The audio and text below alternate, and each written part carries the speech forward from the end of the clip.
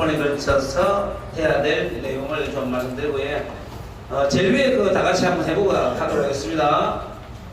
지치면 지고 미치면 이긴다고 생각해서 행동 일치까지 다 같이 호흡 조절해서 맞춰서 한번 해보도록 하겠습니다. 시작! 지치면 지고 미치면 이긴다. 승리는 내 안에 있습니다. 생각 일치, 행동 일치. 예, 준비되셨습니까? 네. 우리가 처음부터 끝까지 우리가 생각일치, 행동일치를 이야기를 하고 있습니다. 있고요. 우리 동지들 아시다시피 지금 제가 역사적인 처음 있는 일이다 이런 이야기를 참 많이 하고 있는데 진짜로 사실은 우리가 하는 주제이 역사적으로 처음 하는 일인 만큼 우리가 먼 날 아니 가까운 미래 10년 뒤에 우리 아이들 손자들 책에 우리 전학생 노동자들의 이 주제인 교과서에 한 줄 정도는 나올 수 있을 거라고 봅니다. 그래서 그 마음으로 함께 해주시길 바라고 오늘부터 진행되어야 될 이야기는 역사에 대해서 이야기를 해볼 텐데 우리 노동자들이 지금까지 우리 선배들은 어떻게 해왔는지를 한번 역사 속으로 한번 들어가 보려고 하는데 동의가 되십니까? 네. 이거는 굉장히 중요한 문제인데 모든 동의가 있어야 가능하기 때문에 괜찮습니까? 네. 네. 그래서 너무 길게 하진 않고 1945년부터 오늘날까지 우리 노동자들이 어떻게 투쟁하고 어떻게 살아왔는지를 노동운동의 역사 시간 돌아왔습니다. 박수! 아이고, 이 전문 강사가 보다 보니까 다양한 내용으로 얘기하고 있는데 일단 우리가 1945년도에 한번 돌아가 보도록 하겠습니다. 1945년도에 무슨 일이 있었습니까? 뭐가 됐습니까? 1945년 태어나신 분 계십니까 혹시? 부모님들 중에 1945년 이전에 태어난 분 많으시죠? 네. 1945년 8월 15일 날 해방이 됐습니다. 누구로부터? 일제로부터 해방이 되었습니다. 그런데 1945년 8월 15일 날 해방이 되었다고 알았던 사람은 얼마나 될까요?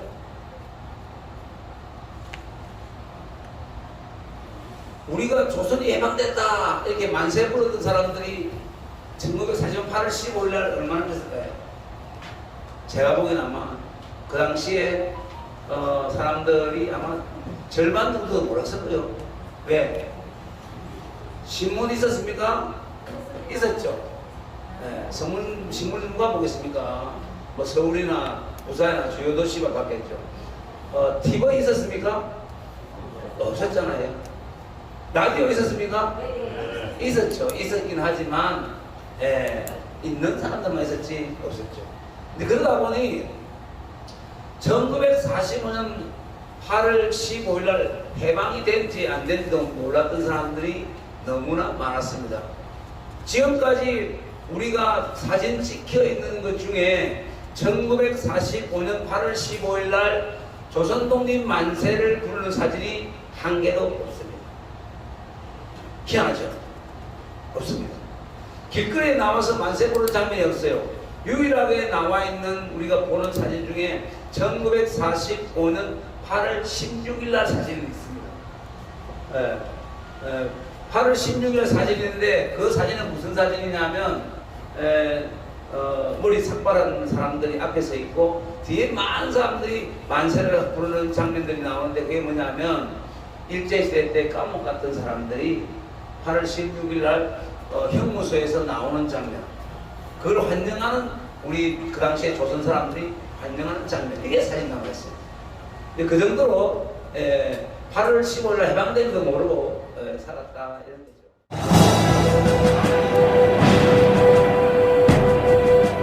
그날의 기쁨이 터져 나온 것은 만 하루를 넘긴 16일이 돼서였다. 15일 정오 라디오를 통해 천황의 항복 소식을 들은 사람은 소수에 불과했다.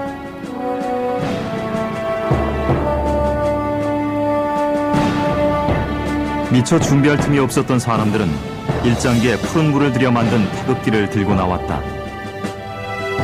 온몸에서 흘러내리는 땀줄기도 그 감격의 열기를 멈추게 하지는 못했다.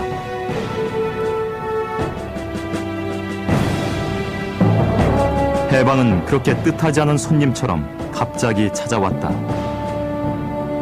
사람들은 거리에서, 광장에서 서로를 부둥켜 안고 몇 번이고 조국의 독립을 확인했다. 점차 여유를 되찾아갔다. 일장기를 태우고 밥그릇을 사용해 태극의 원을 그리고 그렇게 온 가족이 둘러앉아 직접 태극기를 만들었다. 그렇긴 하지만 일제시대 때에 우리 노동운동이 시작되긴 했지만 그건 너무 먼 이야기라서 좀 생략하고 1945년부터 이야기를 드리고 1960년까지만 핵심적인 내용만 말씀드리려고 합니다. 여러분들이 잘 아시는 것 중에 하나가 좌익, 우익 들어보셨습니까? 좌익, 우익 들어보셨죠? 네. 좌익이 뭡니까? 좌익이 뭐죠? 뭐라고 해요? 좀 크게 얘기해서. 안 되는 이익. 네. 우리 그 교과서에 나오는 건 뭐냐면 좌익은 빨갱이, 우익은 네, 민주주의. 네. 좌익은 빨갱이, 우익은 민주주의. 이렇게 우리가 사실 학교에서도 그렇게 배웠습니다. 그러다 보니까 우리가 좌익이 뭐냐, 우익이 뭐냐 이건 알고 지나가야 된다 이런 이야기죠. 자, 1945년도 해방이 되니까 국가, 정부가 있었습니까? 없었습니까? 정부 있었어요? 없었어요? 너무 오래된 이야기라서 잘 모십니다. 그죠? 1945년도 해방되고 나서 8월 15일 이후에는 정부가 없었습니다. 정부가 없었기 때문에 그 당시에 국호는 조선, 대우조선 할 때 조선. 그래서 그 당시에 해방되는 당연히 조선이 됐을 거 아닙니까? 조선 정부가 없었습니다. 왜냐하면 일본 놈들이 다 철수를 하고 쫓겨나고 몰아나가고 했기 때문에 정부가 없었어. 한마디로 얘기하면 1945년 8월 15일은 무정부 상태입니다. 무정부 상태. 그때에 우리 조선 사람들은 뭘 하고자 했을까요? 제일 먼저 뭘 하고자 했겠습니까? 정부를 세우자 이랬습니다. 정부를. 그래야 나라가 돌아갈 거 아닙니까? 나라가. 그래서 정부를 세우자가 있고 그 정부를 두고 이제 감론을박 이야기가 많았습니다. 첫 번째, 조선 왕조로 돌아가자는 사람이 있었습니다. 조선 왕조로. 일제로부터 해방됐으니까 당연히 조선 왕조로 돌아가야 된다는 사람이 있었습니다. 그 다음에 또 하나는 아니다. 이제는 우리가 새로운 나라를 세워야 된다라고 주장을 하면서 사회주의, 공산주의로 가자 이런 사람들이 있었습니다. 그 다음에 또 어떤 사람들이 있었냐면 아니다. 이제는 자본주의 사회로 가야 된다. 이렇게 주장을 했습니다. 그래서 그 당시에 조선 사람들은 독립이 된 자주 독립 국가를 어떤 형태의 정부를 만들 것인가를 논쟁이 많이 되겠죠. 그런 상황이었습니다. 그래서 그런 상황에서 당시에 미군정이나 이승만 정부나 신문사에서 설문조사를 했습니다. 요즘도 설문조사 하듯이 설문조사를 했는데 가장 많이 나온 정부 형태가 뭐라고 나올 것 같습니까? 1번 봉건왕조, 2번 사회주의, 3번 자본주의 이렇게 세 가지가 나왔습니다. 여러분들 1945년 돌아가서 생각해보면 1, 2, 3번 중에 뭐가 제일 많았을까요? 2번? 1번 하면 조선 왕조로 돌아가자. 한 번. 그 다음에 사회주의로 가자. 예, 한 10번. 자본주의로 가자. 예. 한 6번이었습니다. 그 당시에 이야기를 하는 거예요.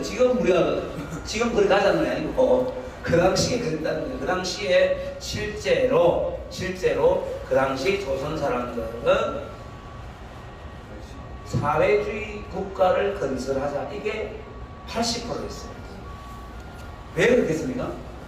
왜 그러냐면 그 당시에 일본 놈들이 다 쫓겨가고 그 다음에 일본 놈 밑에서 내국노 짓을 했던 사람들이 누굽니까? 지주, 땅 가진 지주들, 그 다음에 공장의 주인들, 사장들이었어요.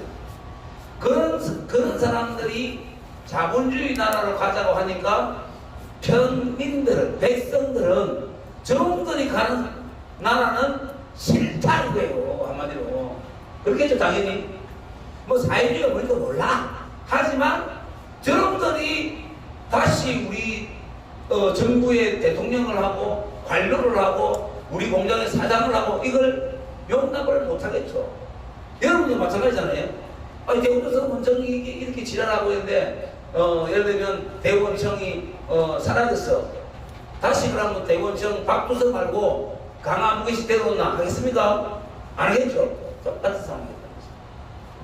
나라 상태는 그런 상태였다고 하는 것이죠. 그런 상태에서 공장 사장도 없고요. 우리 자주 얘기하는 대우조선 주인이었다 하는 식으로 공장 사장이 없는 상태이기 때문에 당연히 그때 노동자들은 제일 중요한 일이 뭐냐면 공장을 빨리 돌려서 우리 백성들이 먹고 살 준비를 해야 된다 이거였습니다. 당연하겠죠. 우리 가족들이, 우리 형제들이, 우리 동네 사람들이, 우리 이웃 주민들이 예를 들면 신발 하나 못 만들고 밥 하나 뭐 예를 들면 못 만드는 이런 상황이었기 때문에 당연히 공장을 돌리는 걸 가장 우선으로 생각하고 했습니다. 그래서 그 공장을 우리가 이름하여 우리 노동자들이 직접 운영하는 공장, 그래서 자주관리기업이다 이렇게 이름을 불렀다는 거죠.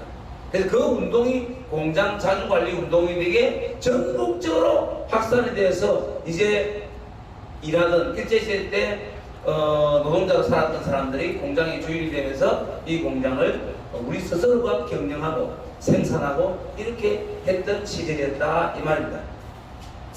그게 계속되었으면, 지금까지 계속되고 있으면 대우조선 지금도 우리 김경태 동지가 예를 들면 대표하면서 임금 인상 30% 요구하니까 여러분 임금 30%는 좀 적지 않습니까? 이 1년간 심한 이 시기에 여러분들 40% 정도는 임금 인상 해드리겠습니다. 이렇게 하지 않겠습니까? 맞습니까? 당연히 우리가 공장의 주인이면 당연히 저는 그렇게 했을 거라고 생각합니다. 맞죠? 네.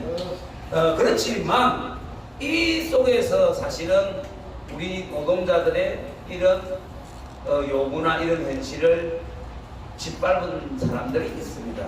그게 바로 누굴까요? 누굴까요? 이게 중요합니다. 이거는 여러분들이 교과서에서도 본 적이 없고, 예. 교과서도 본 적이 없고, 또 교육할 때도 배운 적도 없을 테고, 또 이런 이야기를 쉽게 옛날에는 하지는 못했습니다. 이런 이야기 하면 저 같은 사람 바로 잡아왔거든요. 뭐 방공법 위반이다, 뭐 날 잡았는데 지금은 인터넷 검색만 해도 다 나옵니다.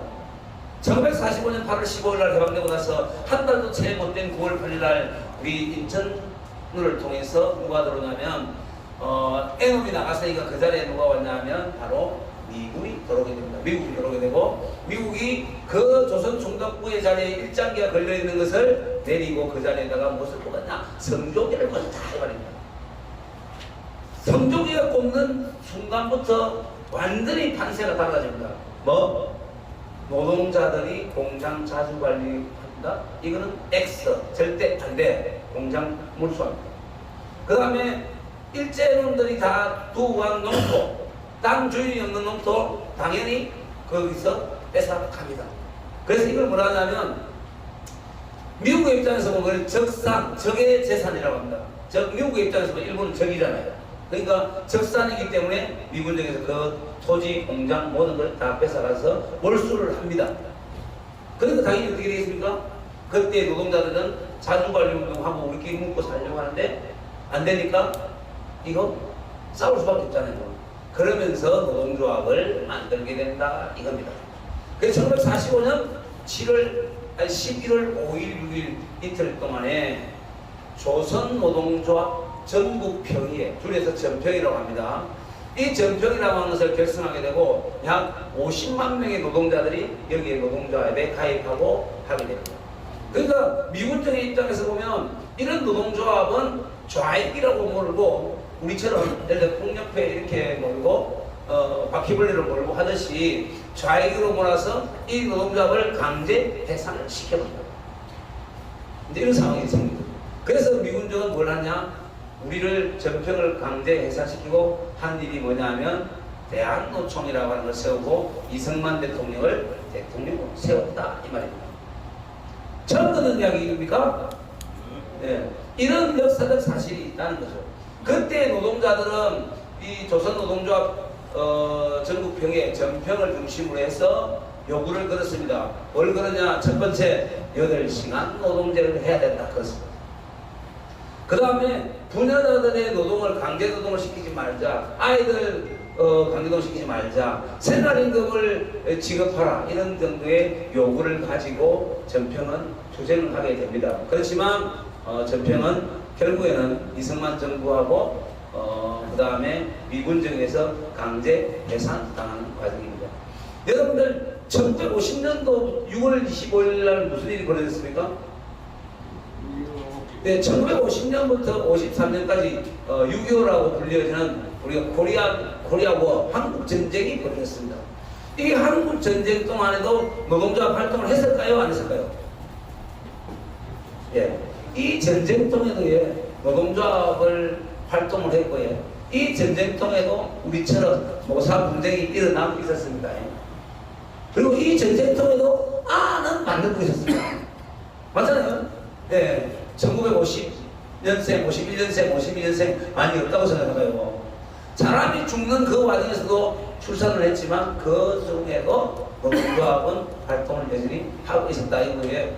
그래서 여러분들 지난번에 말씀드렸지만 1953년도에 지금 우리가 있는 근로기준법이 만들어지게 됩니다. 이 근로기준법이 전쟁통에 만들어지게 되고 이 근로기준법은 어디서 가져왔다? 일본 노동기준법을 그대로 가져와서 근로기준법을 만들었다는 거예요. 이 근로기준법이 지금 몇 년이 지났습니다. 1954년부터 몇 년 지났죠? 50년, 60년. 60년 지났잖아요. 60년이 지난데도 불구하고 그때 그 문구 그대로 있는 조항이 아직도 있다는 거예요. 그러니까 대한민국이 선진국이라고 하지만 노동 관련돼서는 여전히 후진국인 이유가 그런 데 있는 거예요. 애는 그대로 뺏겨와서 근로기준법 만드는 데다가 지금까지 그 변화도 없는 조항도 있고 이렇다는 이야기예요. 그래서 전쟁이 끝났습니다. 전쟁이 끝났습니다. 전쟁은 누구의 승리로 끝났습니까? 예? 누구의 승리로 끝났어요? 안 끝났죠. 전쟁은 그 누구의 승리를 뭐라고 해요? 뭐라고 해요? 한국이 이긴다고? 예. 전쟁은 끝나지 않았고 지금도 전쟁 중입니다. 1953년 7월 27일 날 정전협정을 맺습니다. 정전협정을 맺는 전쟁을 좀 중단하자고 하는 정전협정을 맺는데 그 정전협정에 사인한 사람이 누구일까요? 누구일 것 같습니까? 누구? 크게 이야기해봐야지. 누구요? 미군. 메가드. 미군. 사인이 3명이 들어갑니다. 3명. 정전협정을 맺자는 사인은 3명이 합니다. 예. 누구예요? 뭐? 러시아, 중국, 미국, 소련, 북한. 예, 하여튼 매대기인데 뭘 벌써. 정확하게 얘기하면 그 정전협정에 서명한 나라는 3나라입니다. 미국, 중국, 북한 이렇습니다. 그래서 이 3나라의 대표가 사인을 하게 되는데 북한은 김일성, 중국은 팽덕회, 미국은 하기 중장 이렇게 해서 3사람이 정전협정을 체결하게 되고 그러면서 전쟁 상태가 잠시 중단되었습니다. 그 이후로 지금까지 이 정전협정은 수정된 적 없이 아직도 중국, 미국, 북한은 아직까지도 전쟁 중인 거죠. 여러분 여기서 생각해 보면 우리는 대한민국하고 북한의 공식 명칭은 조선민주주의인민공화국입니다. 북한하고 남한하고 전쟁하는 것처럼 우리가 알고 있잖아요. 맞죠? 맞잖아요. 그런데 실제로 정전협정 상대가 중국, 미국, 북한이기 때문에 이 전쟁은 정전협정을 맺은 이 상대국이 세국이 아직도 전쟁 중인 거예요. 그러면 이 전쟁의 종결도 이 세 나라가 사인해야 가능하다는 거예요. 그런 거예요. 1953년부터 60년까지 보시면 그렇습니다. 노동법이 근로기준법이 53년도에 만들어졌다고 했고, 53년도부터 60년도까지 전쟁통에 수백만 명이 죽었잖아요. 수백만 명이 죽었습니다. 그리고 포탄이나 이런 걸 통해서 농토도 다 황폐화되고 얼마나 무기 살기 힘들겠습니까? 그때 나온 말이 보릿고개입니다. 보릿고개. 보릿고개 처음 노래가 어떻게 되죠? 노래를 잘 모르시는데 아야 우지 마라 배 터질라 이런 노래가 있죠. 그래서 우리 어머니 아버지 때는 이 보릿고개가 있었습니다. 3, 4, 5 수확이 전혀 안 되는 그 시기에 먹을 게 없어. 먹을 게 없으니까 어떻게 하겠습니까? 심지어는 소나무 껍질 벗겨가지고 먹기도 하고 쑥이 날 때쯤 되면 쑥 개털털이 아시죠? 밀가루 버무리 가지고 쑥하고 이렇게 먹고 실제로 먹을 게 없었던 거죠. 그래서 그 시기에 1953년도부터 60년도까지 그만큼 힘들었다는 거예요. 그러다 보니까 그 시기에 많은 우리 백성들 참 대단한 노동자들은 그 어려운 시기 53년부터 60년까지도 노동자 활동을 하게 됩니다. 공장에서 투쟁을 하게 되고 주로 방직 공장, 그 다음에 하역, 구두, 이런 데서 생필품을 만드는 데서 그리고 광산 이런 데서 제의를 하고 데모를 하게 됩니다. 그리고 농장을 만들게 됩니다. 그래서 53년부터 60년까지도 우리 노동자들은 그 현장에서 자신의 요구를 걸고 투쟁을 했다는 거예요. 그 투쟁의 주요한 내용이 주로 임금 인상이나 노동 조건을 개선하기 위한 투쟁이었고요. 그런데 문제는 이제 1960년이 돌아왔습니다. 1960년도에 가장 큰 사건이 뭐가 있을까요? 1960년도 가장 큰 사건이 뭐가 있습니까? 역사 공부를 평상시에 전혀 안 하시군요. 이러면 안 된다고요, 지금. 1960년도에 3.15, 4.19 혁명 들어봤죠? 3.15, 4.19 들어봤어요? 3.15, 4.19 때 사실 데모하러 나온 사람들은요, 중학생들까지 나왔습니다. 중학생, 고등학생들이 거리에 대해서 나왔다니까요. 이렇게는 못 살겠다, 배고파서 못 살겠다, 가라앉자, 이런 구호를 들고 우리 아이들이 데모하러 나왔답니다. 대통령 지금 사임할 것이며 1960년 4월 20일 자유당 독재 정권이 마침내 민중 앞에 무릎을 꿇었다.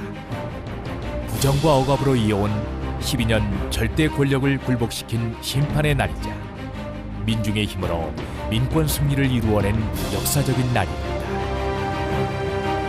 이날 이승만은 사임의 뜻과 함께 부정으로 얼룩진 3.15 재선거를 언급합니다. 민중의 분노가 어디서부터 시작되었는지 너무나 잘 알고 있었기 때문이다. 민중은 외면한 채 권력 유지에만 치중하던 자유당 정권은 온갖 불법적인 방법을 동원한 부정선거를 통해 권력 세습의 꿈을 키운다.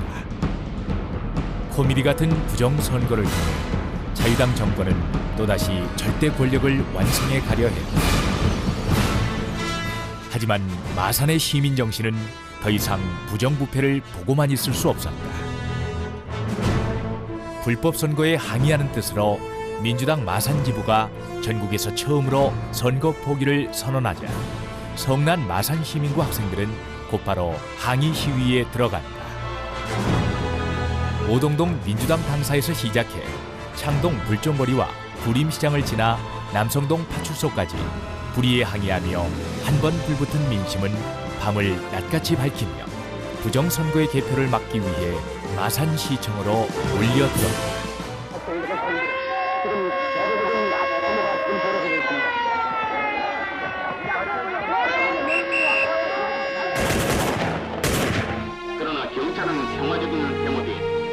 이날 시위를 통해 당시 마산중앙중학교 김영호, 마산고등학교의 김용실 등 10여 명이 사망하고 700여 명이 부상당한다. 총칼로 막아서면 더 큰 함성으로 맞서는 시민들이었다. 4월 11일 3.15 의거 당시 시위에 참여했다 실종됐던 마산상고 1학년 김주열의 시신이 마산중앙부두에서 발견되자 시민들의 분노는 극에 달한다. 교문을 박차고 나온 학생들의 격렬한 항의 투쟁이 이어졌으며 이는 전국적인 시위로 확산되어 4.19 혁명의 기폭제가 된다. 10만이 넘는 시민들이 자발적으로 참여한 대규모 민중봉기가 전국에서 일어났다. 민심은 이미 3.15 부정선거에 대한 울분을 넘어 독재정권 타도, 자유당 정권의 퇴진으로 번져가고 있었다. 부패한 정권이 할 수 있는 것이라곤 무력 진압밖에 없었다. 무차별적인 발포로 4월 19일 하루 만에 200여 명이 목숨을 잃고 6천여 명의 부상자가 나왔으며 고문과 구속도 잇따랐다. 그럴수록 민주화의 열망은 파도처럼 더욱 크게 일어났다. 결국 이승만은 국민이 원한다면 물러나겠다는 성명서와 함께 하야를 발표하고 하와이로 망명하게 된다. 그래서 그 당시 60년도에 이승만 정부가 하야하면서 사실은 우리가 노동조합이 곳곳에서 이제 만들어진다. 왜? 우리를 탄압하는 대통령이 없어지니까 노동조합을 곳곳에서 만들어지게 되고, 그러면서 예를 들면 그 당시에 우리 생산하는 노동자들, 선생님, 교사들부터 시작해서 공무원까지 해서 전국적으로 노동조합을 쫙 만들게 되거든요. 그래서 다시 1940년 해방된 시점으로 돌아가는 거죠. 불과 1945년부터 기준으로 보면 한 불과 15년 만에 그렇게 죽고 감옥 가고 다치고 전쟁통에 다 죽고 이렇게 했는데 60년에 또다시 우리 노동자들이 일어나서 이런 투쟁을 하게 되는 거죠. 여기까지가 1945년부터 60년도에까지 일어났던 역사적인 일이고, 그런데 문제는 여기서 60년에 이승만 대통령이 물러나고 예를 들면 박근혜 대통령이 물러가고 새로운 민주정부가 들어섰으면 좋았을 텐데 아니었습니다. 1961년도 일이었습니다. 1961년도에 5월 16일 날 무슨 일이 있었습니까? 쿠데타. 그렇죠. 군사 쿠데타가 일어납니다. 누가? 박정희 대통령 각각에서 군사 쿠데타를 일으키게 되는 거죠. 그래서 그거는 내일 다시 이야기를 할 것이고요. 정리하면 우리 노동자들은 1945년부터 60년도까지 지금 현재 우리 동지들이 받는 임금 수준의 약 100분의 1, 100분의 1 정도 받았게 돼요. 100분의 1. 그런데 200만 원 기준으로 보면 그 당시 임금은 한 2만 정도였다. 그럼 100분의 1 맞습니까? 맞죠? 그 정도 임금을 받았습니다. 그 정도 임금을 받았고 노동조합에 대한 권리는 더 없었겠죠. 지금보다 훨씬. 그런 와중이고, 그럼에도 불구하고 참 희한한 게 우리 노동자들이 우리가 2000년까지 역사를 공부해 보겠지만 우리 노동자들이 단 한 번도 투쟁하지 않는 적이 없더라고요. 역사를 돌이켜보니까. 그래서 우리 동지들도 이 역사 속에서 내가 있다고 하는 생각을 가지고 또 내일 70년 때는 우리 노동자들이 뭐 했을까, 이런 이야기를 들어보도록 하겠습니다. 고맙습니다.